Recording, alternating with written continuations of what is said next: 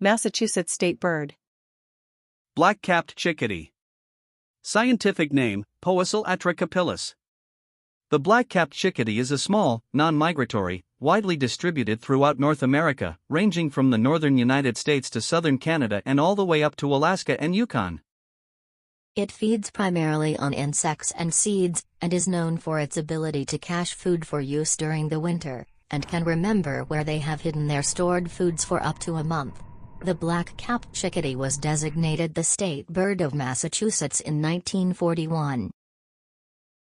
On cold winter nights, these birds can reduce their body temperature by as much as 12 degrees Celsius, from their normal temperature of about 42 degrees Celsius, to conserve energy. Such a capacity for torpor is not very common in birds.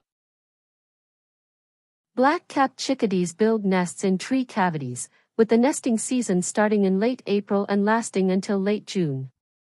They lay on average 6 to 8 eggs, which hatch after 11 to 14 days.